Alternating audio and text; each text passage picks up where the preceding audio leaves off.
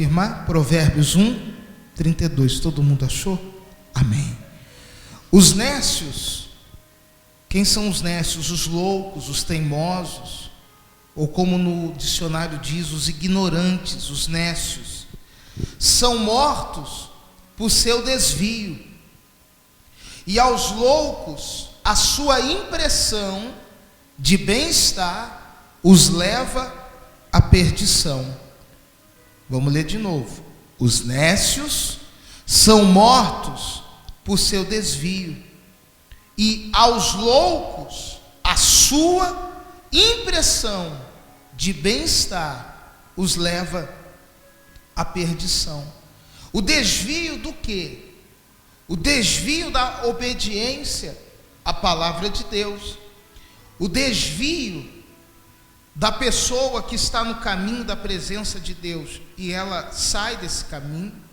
A Bíblia o coloca, como se você procurar nécio, você vai achar como ignorante. Olha só, por quê? Porque está se desviando para a sua própria destruição.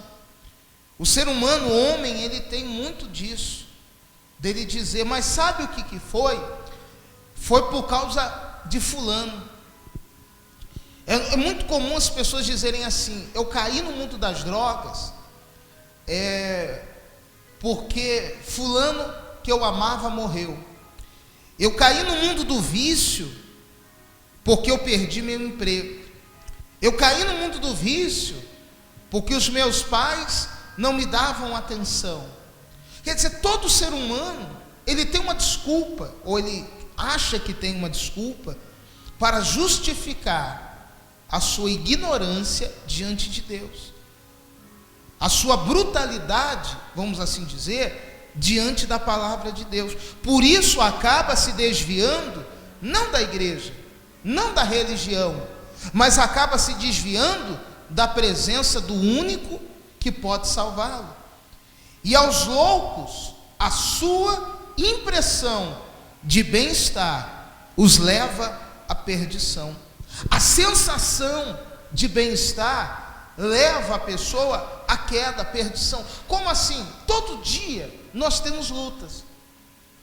Todos os dias nós passamos por luta. Todo dia é sagrado. Nós temos as nossas lutas, sofremos tentações, sofremos críticas, perseguições, etc. tal. Então, mesmo que existam as lutas, mas você pode dizer o seguinte, mas eu tenho contemplado paz, eu tenho contemplado prosperidade, saúde, eu tenho contemplado união na minha casa, na minha família, eu tenho visto Deus se manifestar.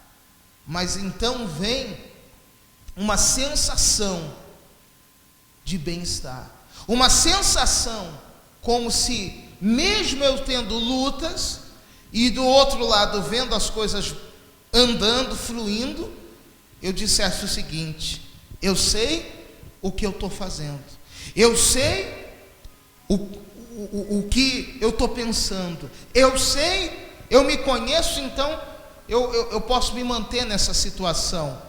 A sensação de bem-estar sempre vai trazer a queda.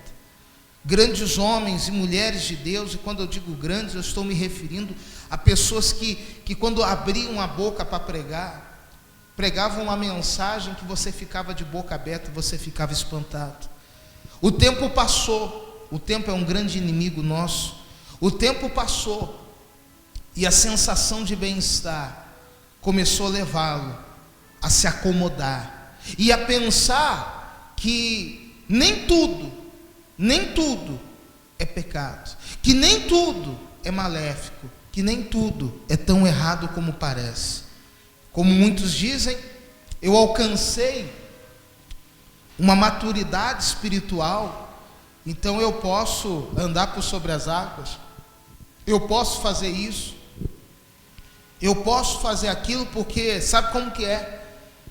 Eu alcancei uma intimidade, uma maturidade espiritual. A sensação de bem-estar leva a pessoa a isso. A sensação de bem-estar leva a pessoa exatamente à destruição, à perdição. E que perdição? A perdição da alma. Mas se nós paramos para ouvir esta palavra, se nós paramos para receber essa mensagem, então nós estamos dizendo o seguinte: Senhor, espera um pouco aí, eu quero voltar, eu quero começar de novo, eu não quero andar nessa sensação, eu não quero ser um nécio, eu não quero ser um ignorante espiritual, eu não vou morrer no meu desvio, e eu não vou permitir que a sensação de bem-estar venha me levar à perdição. Exemplo de sensação de bem-estar, vocês estão com a Bíblia aí? Vem aqui comigo em Lucas, capítulo 15, é continuação dessa mensagem, no versículo 11. Então vocês já entenderam sobre a sensação de bem-estar. Então vamos aqui para Lucas, no capítulo 15 e no versículo 11, aqui no Novo Testamento. Vocês vão achar facilmente. Praticamente quando você folhar para frente na sua Bíblia, você já vai conseguir encontrar. Lucas, capítulo 15 e no versículo 11.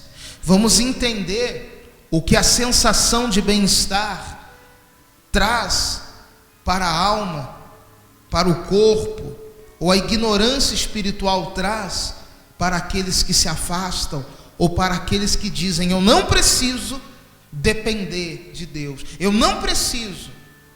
Porque quando o povo de Deus, quando a pessoa, você já achou? Você pode me olhar. Quando a pessoa, ela despreza uma reunião como essa, quando uma pessoa despreza um domingo como esse, agora de manhã ou à noite, quando a pessoa despreza, nós temos pessoas acompanhando pela internet, mas a pessoa pode não estar aqui pessoalmente, mas ela pode acompanhar, por exemplo, pelo CD, pela internet. Ela não está desprezando a oportunidade de Deus. Mas quantas pessoas nesse momento estão desprezando porque a sensação que elas têm é de que tudo está bem, de que ela no seu pecado, vou abrir um pouco mais o leque, na sua imundícia do pecado, ela não está vendo coisa tão errada, só que ela acaba olhando e dizendo: não é bem assim, não é bem desse jeito, não é bem desta forma. Só que eu estava falando isso, nem todos têm uma segunda ou uma terceira ou quem sabe uma quarta chance. Como a palavra de Deus diz, ao homem está ordenado morrer uma só vez e depois disso o juízo. Você não vai ter uma segunda vida. Se você morrer agora, depois que você morrer agora, você vai ter o juízo. Então nem todos vão ter tantas oportunidades, porque a sensação de bem-estar leva à perdição da nossa alma. Por isso, Lucas 15, versículo 11. Continuou: certo homem tinha quantos filhos? 2 filhos. O mais moço deles, o mais novo, o caçula, disse ao pai: pai, dá-me a parte dos bens que me cabe. E ele lhes repartiu os haveres.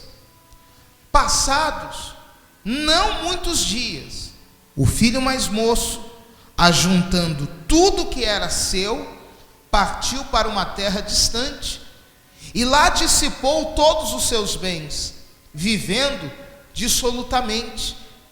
Depois de ter consumido tudo, sobreveio àquele país uma grande fome, e ele começou a passar necessidade.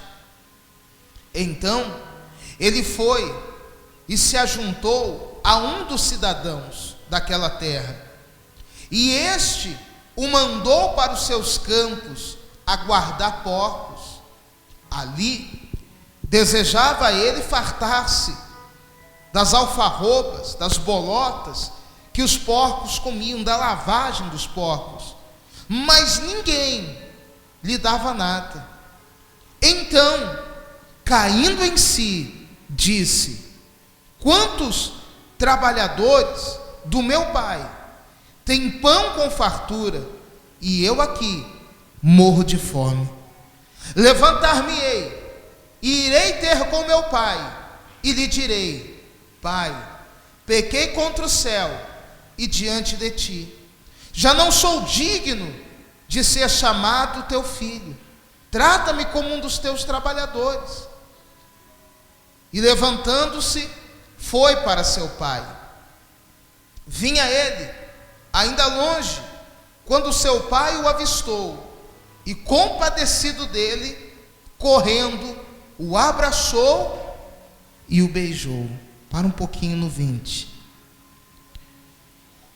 O filho mais novo chega para o pai e diz: Pai, eu quero a minha parte, eu quero a minha herança, eu quero viver a minha vida. Pai, eu quero viver da minha maneira, do meu jeito, do meu gosto.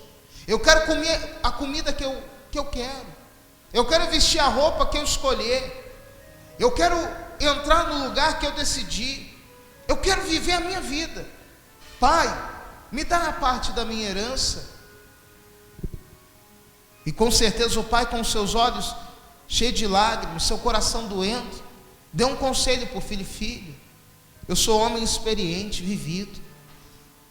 Você não vai querer fazer isso. Pai, dá a minha parte da herança. Eu só quero isso. Eu quero ter certeza que quando o senhor morrer, eu não vou ser enganado pelo meu irmão mais velho. Me dá a minha parte da herança. Olha a ignorância espiritual. Olha a sensação de bem-estar. Então o pai chega para o filho e diz: Toma, filho, toma todo esse ouro equivale a metade que você merece, a sua herança. Por algum tempo ele guardou o ouro, ele guardou a sua herança, e por algum tempo esse filho começou a olhar as situações, já não trabalhava, já não se envolvia com os afazeres do seu pai, do seu irmão, porque ele disse: eu tenho a minha herança. A sensação de bem-estar nesse filho agora começa a trazer para ele uma queda, porque ele começa a olhar para a sua herança e dizer: o que eu vou fazer dela? A minha vida toda eu tenho estado aqui neste lugar com meu pai e com meu irmão. Então ele pensa e diz: eu vou gastar, eu vou viver, eu vou cair no mundo. Ele pega a sua parte da herança, mal se despede de seu pai, de seu irmão, e vai embora, e começa a viver de forma desregrada, dia após dia, come, bebe, se prostitui, se embriaga, cai no mundo, peca, com um detalhe, com uma sensação que ele tentava preencher. Toda bebida, toda comida, toda alegria que ele recebia, entrava, caía dentro dele, ele sorria, ele se alegrava, mas existia um amargo na alma dele. A barriga se enchia, a alegria vinha na face dele, mas a alma desse jovem, que tinha uma sensação, o seu corpo que tinha uma sensação de bem-estar, mas a sua alma, cada dia que passava, estava se amargurando mais e mais. Cada dia que passava, ele procurava se preencher com as alegrias, com os amigos, com as festas, com as baladas. A sua carne se alegrava, mas a sua alma se sentia a cada dia mais triste e amargurado. Por quê? Porque a sensação de bem-estar leva a pessoa à perdição. E esse é o perigo, povo de Deus, para nós. Esse é o perigo para mim, esse é o perigo para você.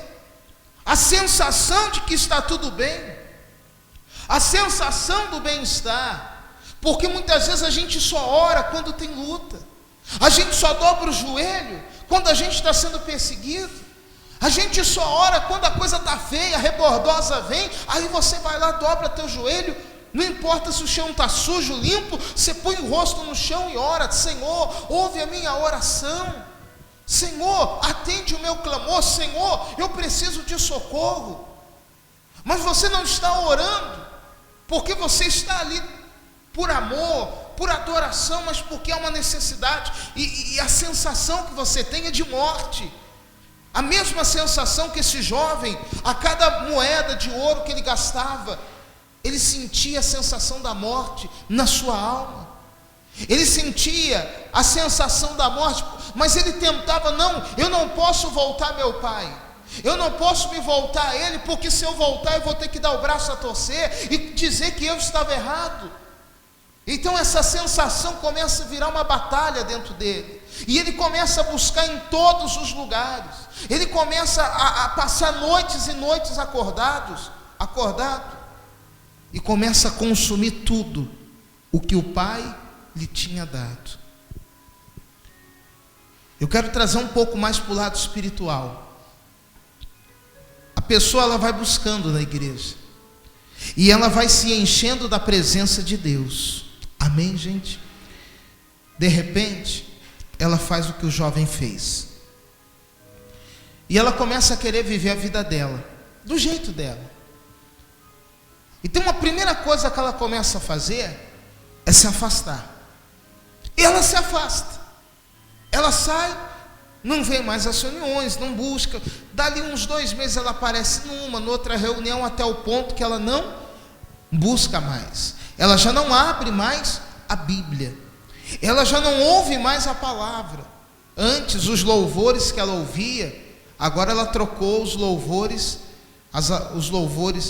por músicas que não tem nada a ver com Deus, com louvores a Satanás. Ela trocou. Mas eu estou bem, 1 mês, 2 meses, 3 meses, ela já não busca, já não ora, já não é mais fiel no seu dízimo, já não jejua, já não lê mais a palavra, já não louva mais, nem em casa.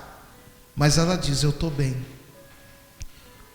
Assim como o jovem rico, a distância entre ela e Deus o filho pródigo vai se aumentando dia após dia. A distância dela, o Espírito Santo não a abandona, porque ele é tão precioso. Quão precioso o ouro, a prata, o diamante, ele é muito mais. Só que a pessoa vai se distanciando da presença do Pai, e ela vai consumindo tudo aquilo que ela recebeu, ela vai consumindo tudo aquilo que ela ouviu, ela vai gastando tudo aquilo que ela tinha. E quanto mais ela se distancia do Pai, mais fraca, mais vazia, mais em escuridão ela vai caindo. Povo de Deus, não vale a pena você nem eu trocarmos a honra de estar na presença de Deus por alguns minutos, dias ou meses. É como essas pessoas que investem a vida toda em jogos de azar. Um dia ganha, sei lá, 1 milhão, 100 milhões, 80 milhões. E isso dura quanto tempo? 1 ano? 2, 5, 6 anos? Pode durar tudo isso. Mas normalmente o fim, como um dos casos que nós vimos aí, é a morte de outros que estavam com milhões, hoje estão esmolando, pedindo esmola, vivendo de favor dos outros, porque aquele que se afasta do Pai, ele está se afastando e não vai percebendo, e ainda vai dizendo: depois que eu me afastei, as coisas para mim melhoraram.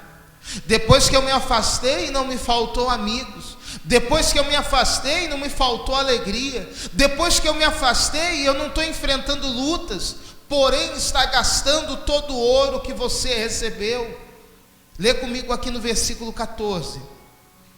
Depois de ter consumido tudo, sobreveio àquele país uma grande fome, e ele começou a passar o quê?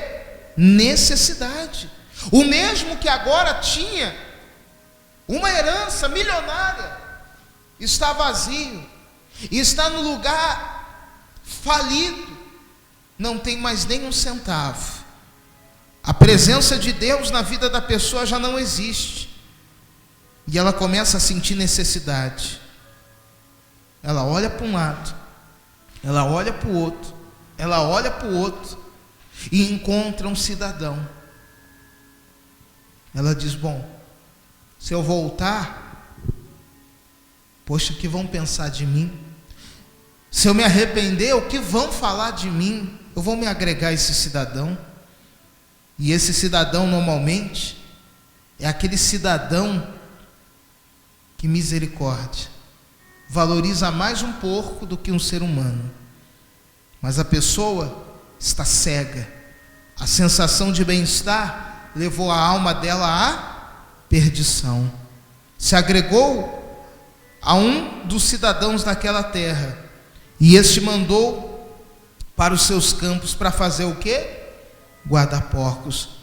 Imagina você, ali desejava ele fartar-se das alfarrobas, da lavagem que os porcos comiam. Nem lavagem, ninguém lhe dava nada. Será que é isso que o Pai quer para você? Que você esteja nessa posição, não diante do Pai, mas nessa posição diante do homem.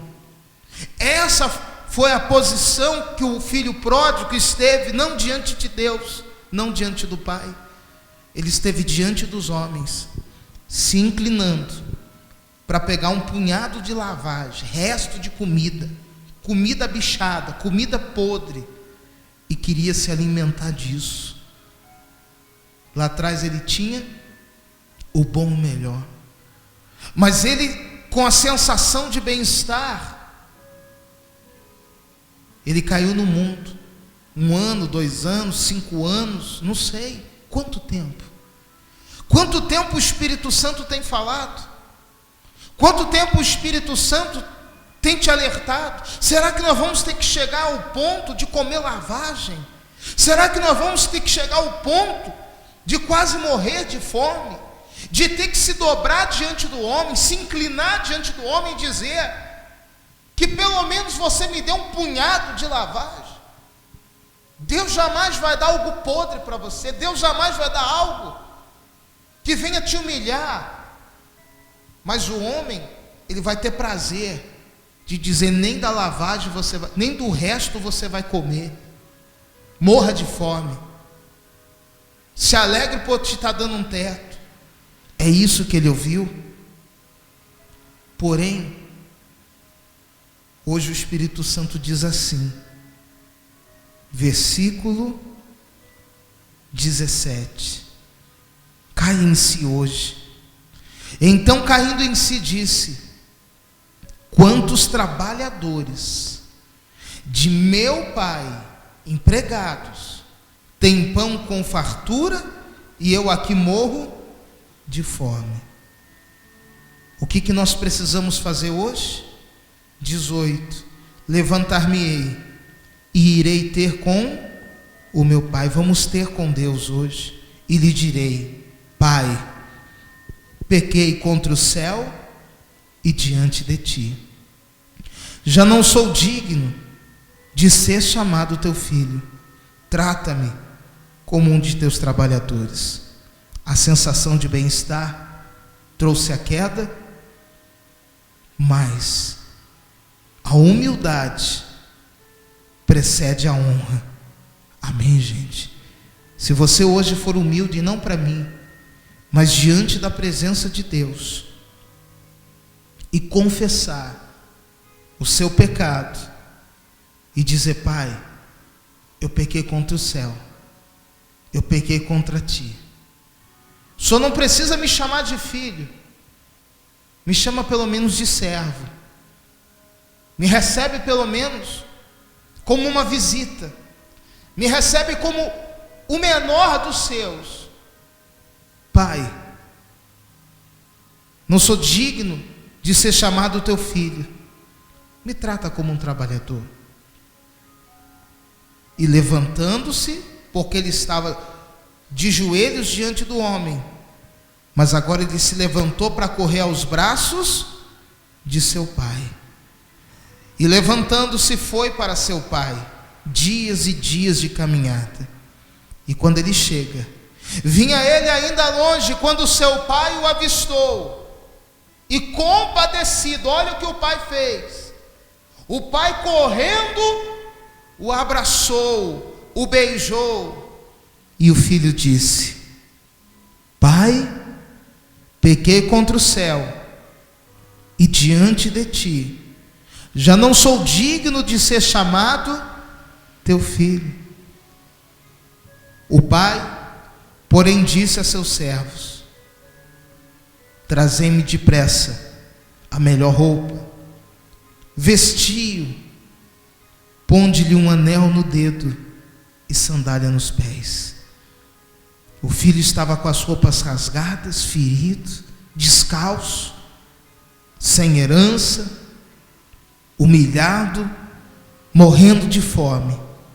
E o pai disse: depressa, a melhor roupa, o Espírito Santo sobre a sua vida. Amém, gente?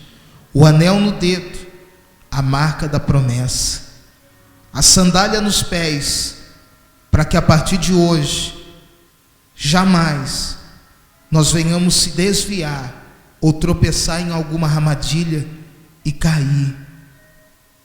E o alimento, trazei-me também e matai novilho cevado, comamos, nos alegremos, porque ele vai vir saciar a tua fome. Porque este meu filho estava morto e reviveu, estava perdido e foi achado. E começaram a alegrar-se. Povo de Deus, é isso. A sensação de bem-estar vai te levar ao fundo do poço, mas a humildade diante do Pai vai te levar a receber o Espírito de Deus, a ter a marca da promessa na tua vida, a sandália nos teus pés, para que nunca mais você venha tropeçar em alguma pedra, para que jamais você venha desviar da presença de Deus. Se a sensação de bem-estar quer fazer com que você pare de buscar, se a sensação de bem-estar quer fazer com que você desista, porque luta todos temos. A sensação de bem-estar, como eu disse, é quando você acha que você não precisa estar buscando. Não permita que isso venha a ser motivo para a sua queda ou para a perdição da sua alma. Pai, eu pequei contra ti, já não sou digno de ser chamado teu filho. Eu espero que você tenha essa fé para falar isso para o Pai. E o Pai vai te receber de braços abertos com um beijo. A nossa função não é te acusar, nem te condenar, nem te julgar. É de interceder diante do Pai e dizer: Pai, pecamos contra o céu e diante de ti. Nos receba. Gastamos a nossa herança, desperdiçamos a nossa herança, a nossa vida em tantas coisas, mas a partir de hoje eu vou investir a minha vida, o meu coração para o Senhor. Amém, gente? Fique de pé, por gentileza. Guarde a sua Bíblia.